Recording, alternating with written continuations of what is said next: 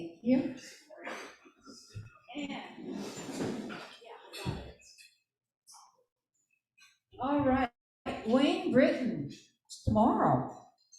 Happy birthday, what are you up to?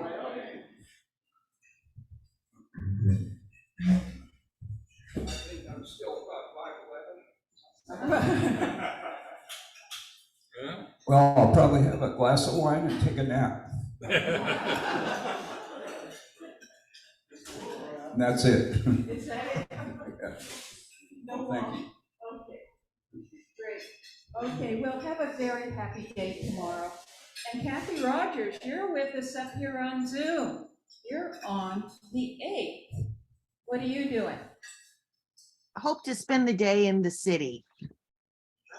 Whoa, what are you going to do there?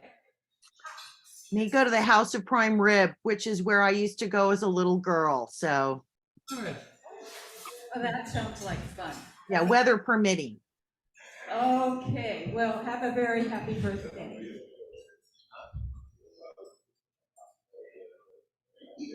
Kathy Gilliam, Jim, where are you? That was yesterday, the 3rd. We kind of went past that, but what's happening? Not much. We went to the city for the holidays, so that was kind of a birthday. Okay, well, great. Happy birthday to Kathy. And we had one heck of a time volunteering for and helping the needy with food. And it was one after another. Thanks to Dan Needham for putting all this together. It was really a great experience.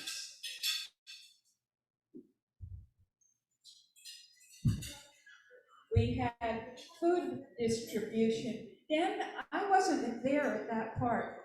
Tell us a little bit about what was happening there, please. So this was over at the Santa Rosa Veterans Building in the parking lot there. Originally, we would like to have done it at St. Stephen's here in town, but their volunteer roster was already full well in advance. A very good problem to have. So we distributed toys in town at that one, but a few of us went over, and David and John and I were over helping out with making sure that we got there were over 300 families that came through the line and got a whole bunch of food, good healthy food. So, that's what we did we gathered money in groceries one day, we packed up boxes the following day, and then we distributed food and toys on the 3rd day. So it was a good week. Great. I would just add that the scale of the distribution was stunning, and they do it every Thursday up throughout the year, not just the holidays. Twice, morning and evening. Wow, well, that's another opportunity to volunteer. I know we do show up at the food bank, but this is overset at the Vets Hall in Santa Rosa. Wow. Okay, and we had a food drive at the 2 grocery stores here in town, the Furcrest and Pacific. And boy, yeah, 55-gallon barrels of food weighing 1,523 pounds. That's a lot of food we collected. And $1,588 for the food bank. People were very generous contributing. That was terrific. And again, Dan, thank you for putting that together. He's been a real dynamo on the club, on the service to this club. Thank you so much. Would you like to say anything about that part, or are you wanting to eat your breakfast?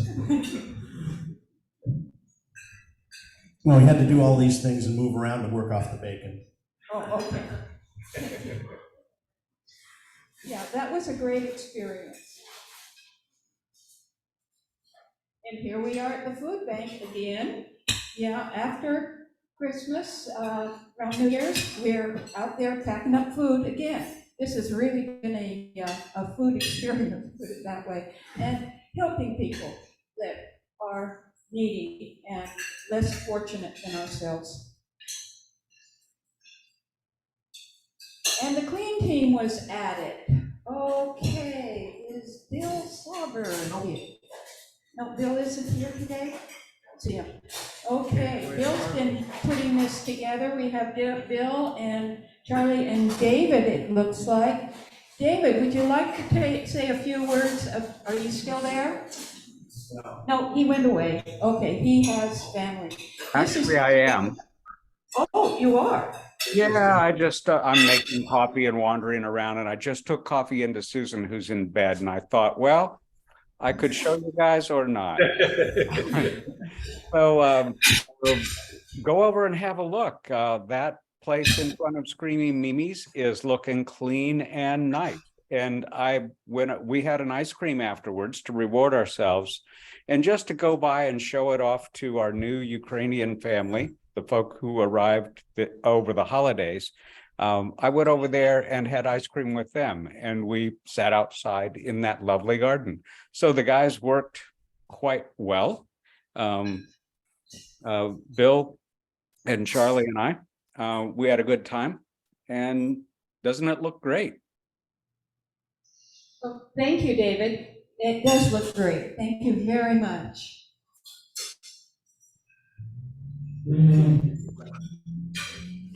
All right, and David again, would you please say a few words about our, I can't even pronounce it, San Pedro? Tlaquepaque. Thank you. Uh, Please tell us about this. This is the project that we selected at Festival of Brotherhood. There are 8 bathrooms in this facility. The facility is for seniors whose families can't take care of them. There aren't any public funds for things like that, so it's run privately by a circle of friends. There are, I think, 24 seniors there. 6 bathrooms, I'm sorry, not 8. You can see Steve standing in the doorway of one of those bathrooms, and that will show you the problems. If you have a wheelchair, you can't get into the bathroom. So the people who are non-ambulatory have to be picked up and dragged backwards through that damn door. And Steve couldn't stand it, and I couldn't either. Both of us wanted to take a sledge to it right then, but the bathrooms need rehab. The total cost for the project is $12,000, of which we're putting in 3, and we're looking for other clubs to help us. But a very worthy project, and nice seniors, nice people there. And this is all through the Festival of Brotherhood that you attended down in Mexico, not so terribly long ago. That's correct. We came back with 8 projects district-wide. Wow. That's impressive. Thank you.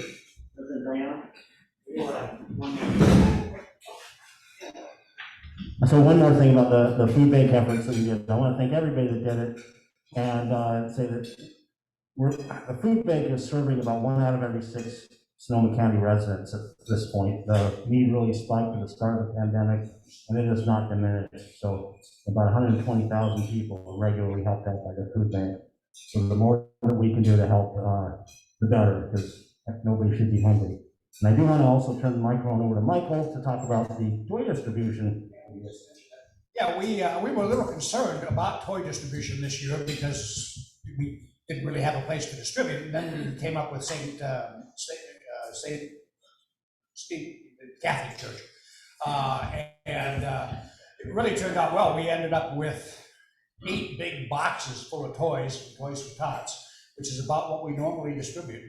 And we ran out of toys before all the cars were through, so it was really good. And thanks to everybody, Michael Fells and and a bunch of folks showed up to help. So thanks. No, thank you for doing that. Piggybacking on what Michael said is that he forgot that Michael lent us some toys for the all the Interact clubs. The middle school and the high school did, I think it was about 4 days before Christmas, got to the to the fire department, wrapped hundreds of presents, and we distributed them riding through Sebastopol in a fire engine. So you were on the fire engine? I was. They even gave me a little plastic hat. Oh my God. I think it was I for wish I had a kids, but picture of I that. took it anyway. That is great. That sounds like fun too. Oh boy. Can I add too that in terms of toy distribution, this football player that collapsed the other night, there's all this interest in who he is, and I found that he has a GoFundMe page, which is toy distribution across the nation, and in the last 36 hours, $4 million has been put into toy distribution on his GoFundMe page he set it up about 2 years ago. But anyway, the world's kind of pulling for him as he improves from this injury, cardiac arrest. That's interesting too. Yeah, that was quite a shock, seeing him fall, yeah. And I didn't realize that about his fundraising. Yeah, it hasn't I haven't seen it much in the news, but I just was fascinated by who this person was, because suddenly the whole world watched him struggle for his life. And so in looking it up, you could see everybody across the country that was aware of it was wanting to contribute something to the bigger picture. So yeah, $4 million for toys. That's a lot of toys. But I'm impressed. That is really something. Okay, there was a Monday cold hike early on. Yeah, there you are again. Would you like to sit, John? I'm going to ping on you again. Let's see, about this hike. We've had a few hikes since our last meeting. This one, as I recall, was quite cold. Marty here? Hi, Marty. Yeah, Marty's not a big fan of the cold. But it was a spectacular hike. Pinnacles Gulch. Dan led us to Pinnacles Gulch, which I had never been to as much as I hiked around here. This was a wonderful, short, but spectacular hike. And then last week we hiked to the Cordon Trail. And then this last Monday, just Dan and I showed up, and we hiked. There you are. Annandale. There we are. Yes, capturing the muddy trail conditions there, but it was a beautiful hike too. So yeah, Monday hikes are fantastic. At Annandale, did you hike up to the Redwoods, up through that far, or? Now we didn't get to the Redwoods. Dan would be the guy to tell you exactly where we were. Yeah, that's Creekside, Spring Creek Trail, and we got to Lake El Santo, and then came back down the fire road there. Yeah, and it does look muddy. I hope you had your good boots on. Do we have any announcements? No announcements today. Okay. Yeah, before Christmas, we were just going crazy with announcements. And now everybody's taking a deep breath, I think. I saw First Friday's coming. It is coming.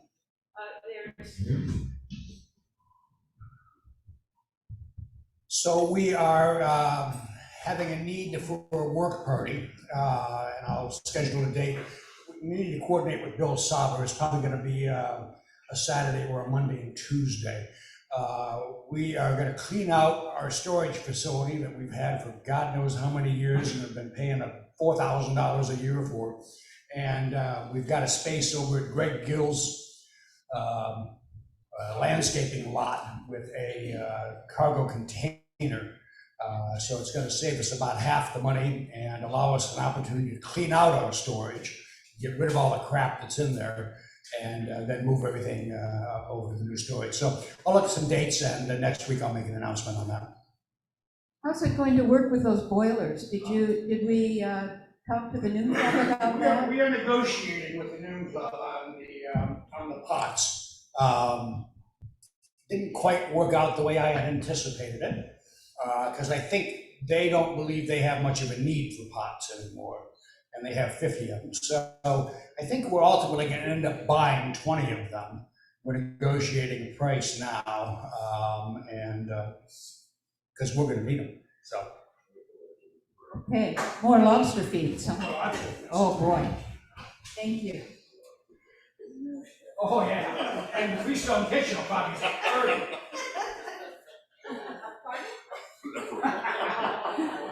They're teasing me. They're teasing me. Okay, I missed it, so I don't feel embarrassed yet, but thank you. Okay. Oh, do we have any gratitude today? Dan's feeling grateful. This is gratitude from Michael McLaughlin, who kindly warmed up our breakfast plates this morning. Well, anyway, just the effort to do that is much appreciated. I'll make a donation to the Rotary Foundation. Thank you, Mike. Okay, thank you. Well, as a guest, I want to express gratitude for the warm plate, because we got the first one. That's why guests go first. I'm going to express gratitude for Jim Goodenough, otherwise known as Dude. He's so good with my grandkids. And the highlight was when Capri, who's going to be 4, saved her cousin from Dude. And she said, "Don't do it, he's going to tickle you." And I never heard her say so many words in a row. It was quite great. So thank you for being the best dude in town. And I want to say, oh, here we have it. Thank you. Yeah, I'm feeling gratitude because someone who had been a student at Sonoma State got connected with the telemedicine thing, and then he graduated and moved back east and all that. He came up with a project last year, and on the occasion of going to his sister's wedding in Nepal, he took some stuff over there and got that project going. And along the way, someone else who had graduated, who remained anonymous, donated $20,000 towards telemedicine activities as it affects kind of the Rotary people. And he's come a long way, and now he's a manager of 30 people over at some outfit, and stepping up to get more involved with global telemedicine projects. So we have new blood and a new project in Nepal, and self-funded too, which is even better, right? Great.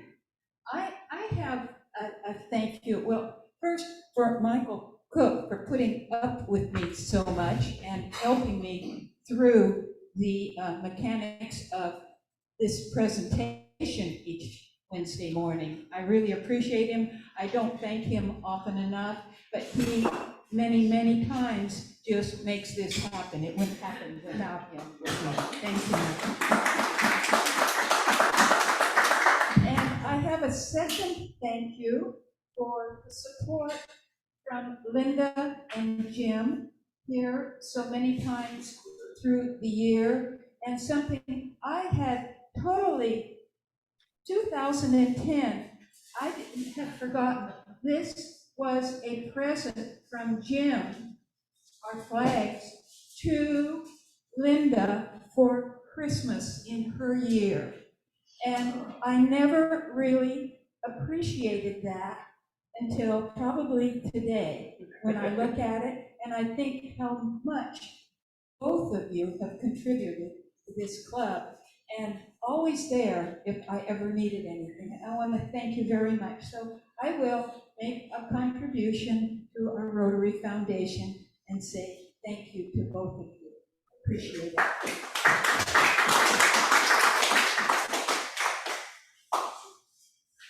Okay. We have First Friday. Thank you, Kathy Woodford. We will be there at 5:30 on January 6th, the first Friday of the 2023. Swim there. Pardon? Yeah, you can swim there. Well, yeah. Can you do the backstroke? No? Okay. Okay. Then there is a board meeting on the 16th, and then the post office landscape effort, we're going to be at, on the 21st. And then the 25th, again, you will have an opportunity to go to the Redwood Empire Food Bank and help the needy. 1 in 6 need food in this county. That just kind of blows me away. So, yeah, I'm so thankful for this club and all they do for the community. And I should say worldwide. Next week, we have Myra Volk from Sebastopol Chamber of Commerce. And this week, we have our own John Gretsch, who needs no real introduction. And when you're ready, John, you can come on up. I'm going to get your slideshow going. All right. Thank you, everyone, for having interest in my travels. I was overseas for 10 weeks. I hit from one end of Europe to the other. When I left here, I thought I might go to Asia, but I got a little lonely. After 10 weeks on your own, I decided to turn west, found a flight back to Poland, and here's where I went. If you can see the little blue flags, I guess the contrast isn't the best, but I started in Northern Ireland up there, where I've been a Fulbright teacher, and they have interest in my views on the world, and so I was able to be a guest speaker in those classes in Northern Ireland, and then I flew all the way over to Georgia, and back to Poland, where I was in more classrooms, and the purpose of this talk to you is to think about the perspectives that I learned, that I was exposed to on this last trip, because the mindset in Europe is sometimes really different than here. Here I am in the class. I just would want to share with you this gentleman, Denver Charles, was my exchange partner. So he taught at Amway High School for the semester that I taught at his classroom. We just traded lives, cars, houses. And lives. No, we weren't quite that progressive to trade wives. That would have been pushing it. Anyway, they were studying the evolution of the American political system from the beginning of the 20th century to the end of the 20th century.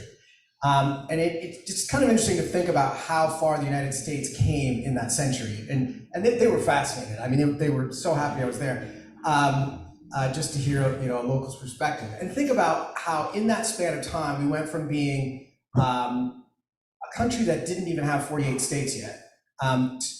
We were not the biggest economy in the world.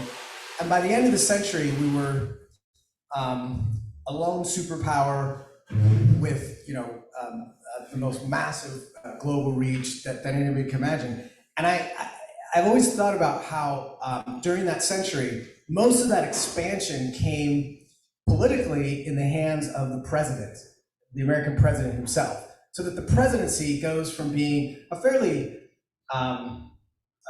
small world position, say Theodore Roosevelt, who was really responsible for expanding the United States, to somebody like, by the 20th century, let's say George W. Bush, basically, the most powerful person in the world.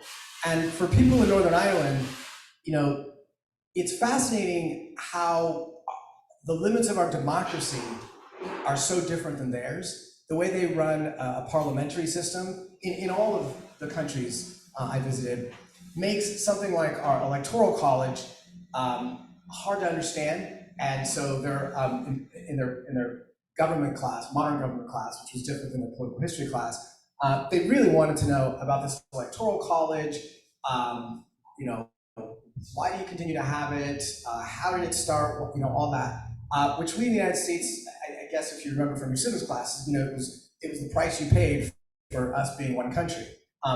In the countries I visited, which are much smaller, this is kind of hard to understand. Are you a democracy or what? So that was a great set of conversations about the differences between our democracy and theirs. Then I went to Georgia. Georgia, speaking of psychology, it's so opposite of ours in many ways, and in other ways it's very much the same. But people are people, of course. But it's hard for us to imagine being a tiny country, a really tiny country, right next to a massive country. Yeah, there are these Caucasus Mountains. I have a couple of pictures of them because they're pretty important to their psychology. But as the war rages in Ukraine, the people in Georgia are watching very closely. They definitely feel like they are next. I went on their military road, which is the main road going north. I went up to the Russian border, and you can see military installations. They've been through it before. They feel like there's something innate about Russian expansion that will always be at their expense. And the people that I became closest with during my time in Georgia were these three. This is Nini. Nini was an exchange student at Annalee High School last year for the whole year. And she's the reason that Georgia entered my mental map. She gave a presentation in my classroom last year. Thank you very much. I sent Kristen home to get the banners, which I'll get to in a minute. Nini was incredibly articulate and made me understand her country so well that I felt like I had to visit it. So I give Nini full credit. Her father, Lhasa, is so wise and so soulful that he taught me a great deal about Georgia, and I'll talk about what he said in a minute. And the girl in the middle there, Tika, was an exchange student up in Seattle last year. And so they were on the same program, they knew each other very well, and they were gracious enough to take me all across their country. So Georgia's famous for its wine, but their wine is different than ours. Their wine is stored in these huge vats that they store underground. So instead of that oak taste to wine that we sort of take for granted, theirs has a clay taste. It's a very different kind of wine. They age it for a couple of years underground, cold. And they took me on a tour of the wine region, which is punctuated by these spectacular ancient monasteries and cathedrals of the Georgian Orthodox Church. And of course, beautiful mountain lakes all over the place. One thing that was different about Georgia here, when you go to dinner, which we did there, they have a tradition in Georgia of toasts. Yeah, we give a toast, like, hey, cheers, and we have a drink. No, their toasts are really long and soulful and wise and about life lessons. And in one meal, just the four of us, and two of them didn't drink, and he didn't really drink because he was driving, they brought out bottles of wine, and he gave 7 toasts, ranging in theme from, let's see, the first one was to his host here in the United States and how it makes the world a smaller place. And then we eat and we're talking, and then he raises another glass of toast. Now, he doesn't speak English, or at least he pretended not to speak English. When she fell asleep in the car, I found out that he actually speaks very good English. But all the toasts were being translated by her, and his next toast was about to me for visiting, going so far to visit such a small country, so far away, to a foreign part of the world, that he gave that. And the world's a better place because people travel and visit. And then he gave a toast to the youth and how they're the future and we need them. Then he gave a toast to people who risk their lives to defend, and of course freedom is a big theme in Georgia. Let me get to the next slide because freedom is big. It's hard to understand freedom in their context when you've been invaded by so many different people. Persians, Mongols, Arabs, Turks, Soviets, and now they wonder if the Russians will invade. So they have all this architecture and history. This guy is their biggest hero of a leader because he was educated by Persians, not Georgians, and he became this brilliant diplomat that was able to navigate being surrounded by huge countries in the middle of it all, in the mountains. And because he was such a great diplomat, Georgia kept its freedom during turbulent times when people were invading all over other places. So I really, I thought that was kind of an interesting look. And that was a big part of their toasts. If Russia does invade Georgia, they will have some obstacles. Although Georgia is really small and has been invaded many times, this is the landscape, and these are the Caucasus Mountains. The highest ridge of the Caucasus Mountains is the line between Russia and Georgia, which made me ask the question. I guess this was an insensitive question, but I asked Lhasa, is Georgia really in Europe or are we actually in Asia? Because it is on the other side of the highest ridge of the mountains. Oh, he didn't like that question. He basically said, don't ever call us Asian. We're European, absolutely. We are the second oldest Christian nation in Europe. We feel psychologically connected to Europe. Don't call us Asian. It was kind of funny because right after he said that, a shuttle pulled up to take us up to a monastery, and there was this huge sort of rush onto the bus. There was no organization, there was no line, just everybody clamoring onto the bus. And he sat back and watched this group of people try to get on the bus. We were included. And he looked at me and he goes, well, maybe we have a little Asia in us after all.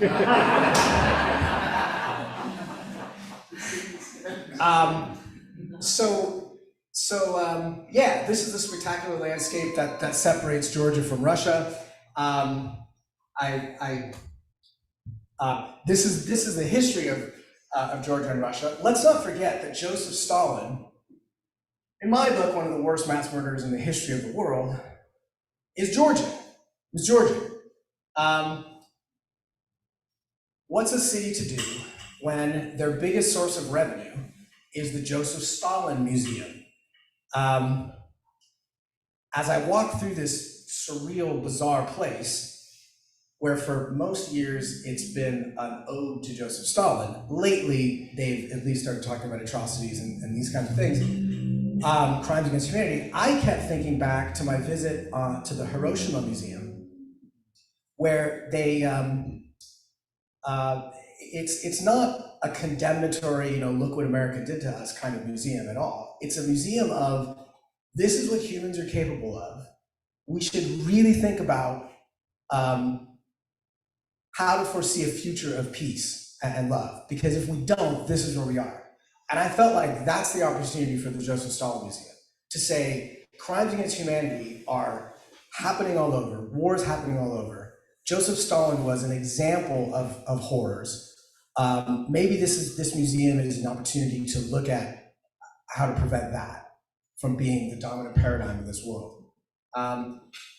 They're trying. There is a new little wing, but they just don't have the resources that Japan has, obviously. And I was thinking, something like that to help a museum become more positive would be a huge opportunity for the world to contribute to. But what you're looking at in this slide, in 2008, Russia did invade Georgia. They conquered South Ossetia and Abkhazia, which are two regions in Georgia. I don't know how many Georgians lost their lives, but it was in the hundreds. And in front of the Parliament building, you have a memorial to the Georgians who gave their lives to fight for Georgian freedom against Russian aggression.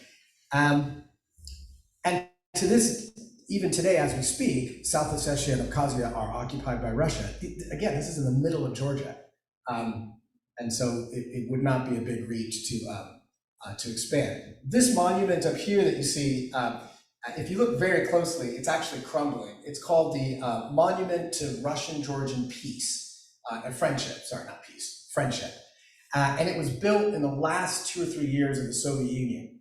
You can see some of the tiles are falling off. The Georgians do not like this symbol of friendship. They don't feel any friendship for Russia, but nor do they want to like tear it down. It seems like it would be kind of insensitive. So they're just letting it kind of fall apart and crumble. And that's up on the border of Russia and Georgia.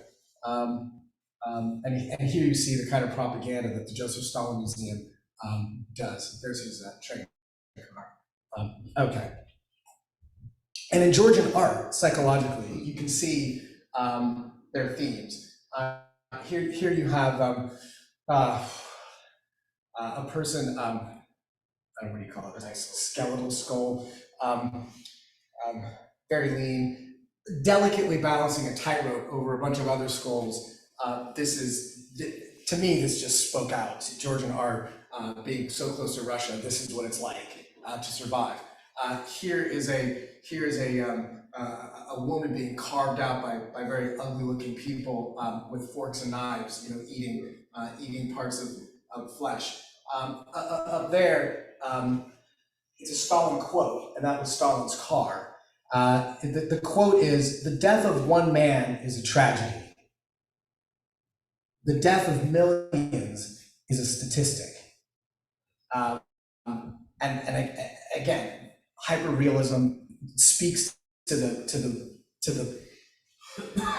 Georgian mindset. Okay, then I flew from Georgia to Poland, before I get to that, this picture, these are Russians who were, I met at a restaurant. We, of course, had a talk. If you know me, I like to talk to people. I love to meet people. I get my energy from people. This young couple was headed from St. Petersburg in a car to Israel. And it was right after the drafts, where Putin had drafted more Russians. And so I met dozens of Russians getting out. They weren't political. They didn't talk about how horrible Russia is or anything like that. They just said they didn't want anything to do with it, and they were looking for places to go. Most of the people I talked to were headed to Turkey, Romania, trying to get to Germany, but that was a little ambitious. Some did get to Germany, which I'll get to in a minute. That's kind of a mass migration happening in Europe. People, we have over a million Ukrainians. Sorry, we're up to 3 million Ukrainians who have left Ukraine. We're now up into the hundreds of thousands, well over 1 million Russians who have left Russia. So it really is a humanitarian crisis right now. And when you're in these countries, you feel it, both Georgia and Poland. You see people, I would say every 8th or 10th car in Poland is from Ukraine. You can see from the license plate. And it's everywhere. They're scampering for places to live. Over here, these are Ukrainian women. I didn't really want to take a picture of them, but I didn't realize they were Ukrainian when I was working next to them in a vineyard. And when we sat down for lunch, the conversation got very heavy in Polish and Ukrainian and Russian and a little smattering of English. And so I wasn't understanding everything, but it was very heavy. These women, their husbands are fighting, and they're in Poland with their children, looking for anybody to get money. And so working the vineyard was one way they did that. I just wanted to say a word about Rotary. This is Tbilisi, the capital of Georgia. And when I flew out, I took a picture of where I tried to get to the Rotary meeting. My hotel was down here.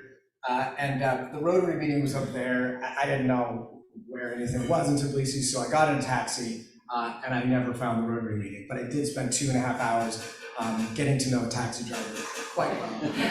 Who didn't speak a word of English. I felt really bad, but I just couldn't find the Rotary meeting. But they did have a Rotary Club and 3 Rotaries, and sorry, I missed that one. This is the beauty of Tbilisi. Gotta move on. Okay, so now I'm in Poland, and of all the countries in NATO and the European Union, Poland is the most wary of Russia. Poland's the front line there. Poland has been through this a lot. They've been invaded by Russia too, and so they talk a lot about the tension in NATO and in the European Union, because France and Germany further west, they just don't get it. They just don't understand how it is to be close to Russia and what's going to happen if Russia isn't fought at every point. Poland also is famous for its coal. I went into a coal mine there, and Polish coal is deep. It's expensive to get to, unlike Russian coal, which I guess is shallow, easy to get to, and there's still a huge market for coal in Europe, as we talk about heating Europe and all this.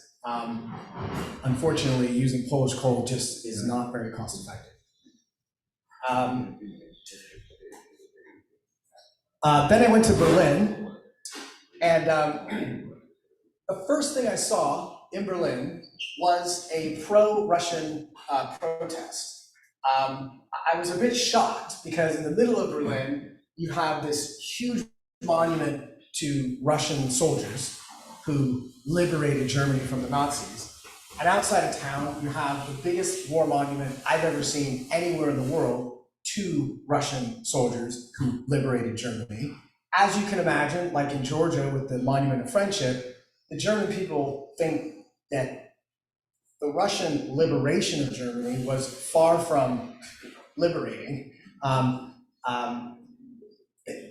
For example, they call it the tomb of the unknown rapist, not the tomb of the unknown soldier. And so that's going on all across Germany. And so to see these Russians with Russian flags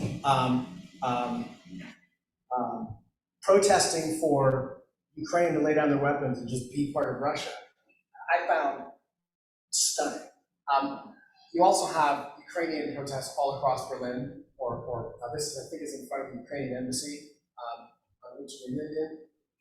And of course, the backdrop to the whole thing is the Berlin Wall, which a portion of it has been turned into an art gallery, really a museum. And I was really moved by this portion of the Berlin Wall that remains, with all of this artwork dedicated to human freedom and growth and peace. That was really all the art on both sides of the wall, particularly on the west side. There's also a 360 museum that was tear-jerking. It was so beautiful. It captured a day in the life by the Berlin Wall on both sides. And it goes to nighttime and daytime, and it's 360 diorama. It's an incredible thing, and I think is the best memorial of the wall. Here we are in Berlin. This is the famous church, the Kaiser Wilhelm Church. It was bombed during World War II, and they left it that way. I'm sure some of you have been to Berlin. This is one of the most evocative sites in Berlin. And right next to this bombed church is the new church with spectacular stained glass windows inside. And the reason I'm showing you it is because right next door to the church, right here, was the Rotary meeting, where I was happy to attend. This is Dominique, their president. We exchanged banners. Here's the banner she gave me. This was the gentleman who sat next to me and translated. He was a judge. This was the speaker for the day, and his presentation was incredible. He talked about how the government of Berlin has fallen way behind in digitizing its files, so that when a Ukrainian woman comes to Berlin, she has to navigate 11 different bureaucracies that have no digital connection with each other.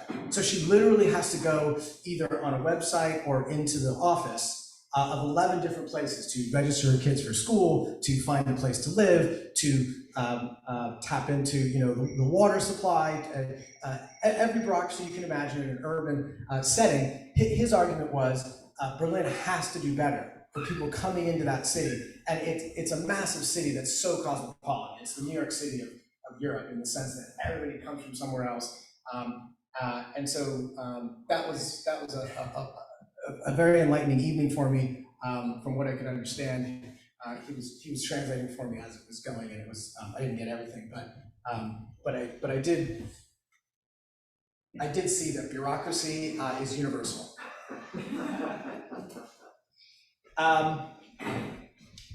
Beatrice was an exchange student when I was in high school, here at Anway High School. She was a Rotary exchange student, I believe in the 1986, 87, when she was an exchange student here. It's before we were a club. Am I right about that? Yep. And so she was here through the, I guess, the Newton Club today. And when she heard, or she saw on Instagram somewhere that I was in Europe, she reached out to me and said, "You have to come to Brussels and see me." And she gave me a beautiful tour of Brussels, and she and I relived our senior year in high school here at Anway. She pulled out albums, exchange students, they really record their memories.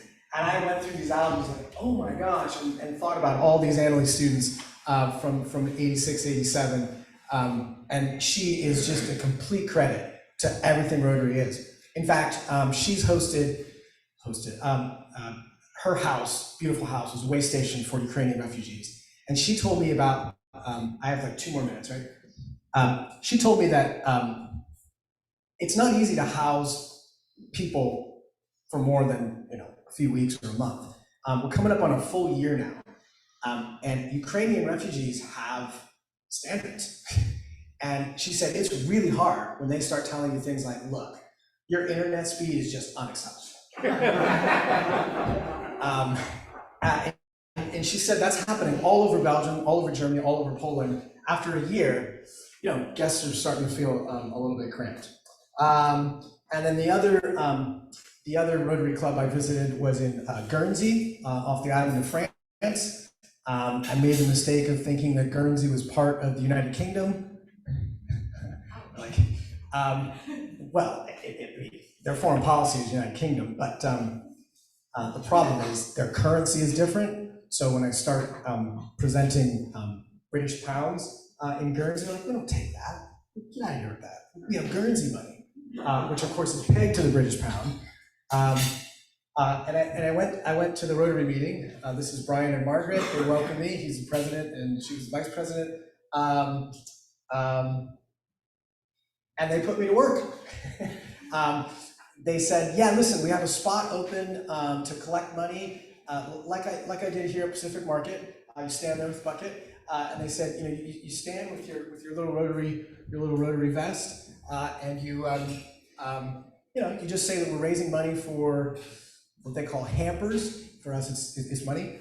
And this all came from their meeting. Their speaker was from the housing authority, which, just like Sebastopol, Sonoma County, they are very short on housing.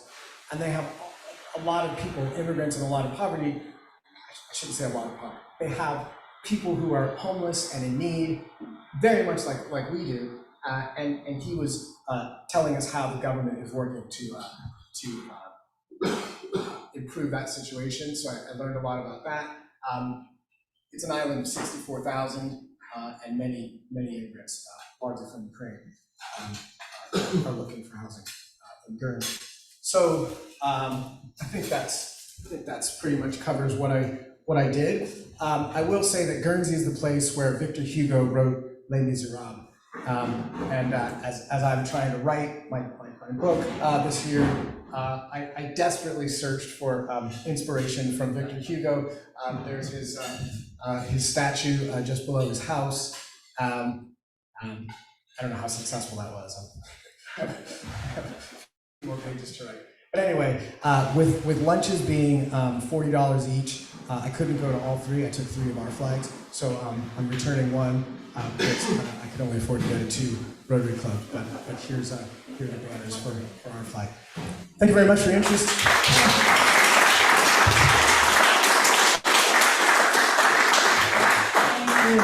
Yeah, if there are any questions. The Georgians have their own language. Oh yeah, it's a very unique language. Yes, totally. Russian as well? Most Georgians speak Russian. Could you communicate in English? I tried. That's all I could do. Yeah. Yeah, no language is an issue. Have you eaten at our new Georgian restaurant? I've not gotten there yet. It wasn't open yet when I left. So yeah, I'm looking forward to it. Must be good. What's the name? Yeah.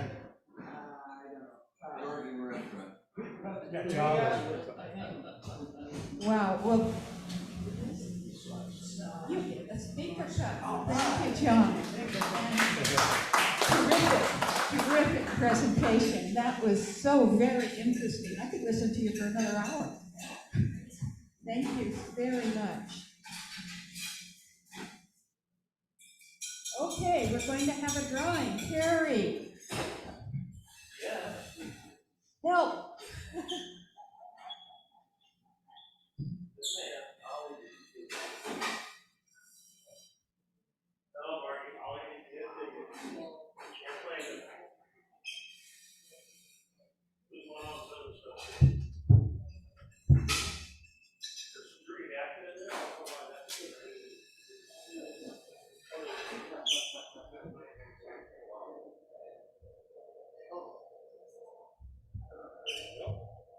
All right.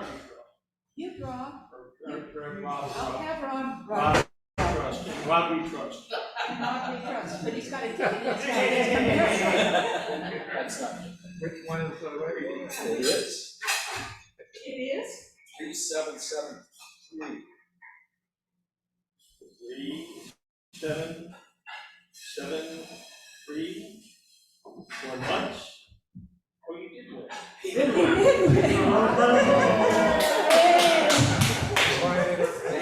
Wow. Now, if he gets the red marble, we'll really wonder what's going on.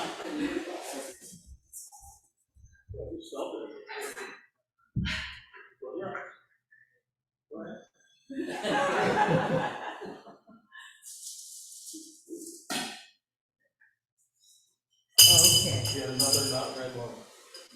There you go. Well, maybe you'll win on that ticket.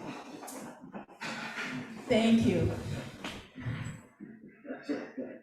And Michael Phils, do you have a joke for us? Your brother's name, by the way.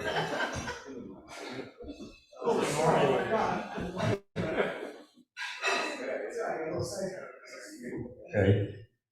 So these are a few famous quotations that might send us out in a good mood. The first one is by Stephen Bishop. I feel so miserable without you. It's almost like having you here.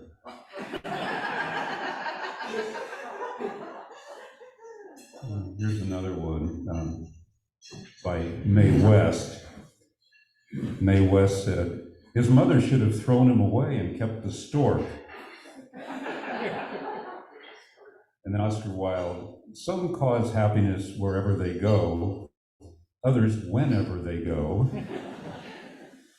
And finally, Groucho Marx reputedly said, I've had a perfectly wonderful evening, but this wasn't it. Thank you.